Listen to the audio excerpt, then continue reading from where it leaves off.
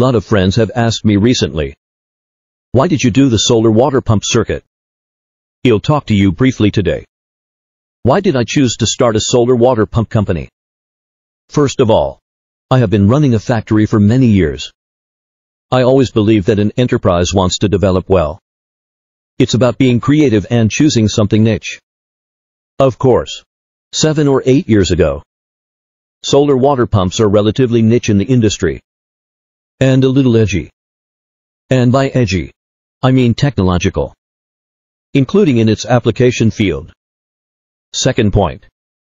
After the product is confirmed, we think about whether this product is going to explode in the future. The name of our product is solar water pump. Our source of energy is electricity from solar panels, which drives our water pumps. I think this product responds to the national call for environmental protection. Adhere to the idea that clear waters and green mountains are as good as mountains of gold and silver.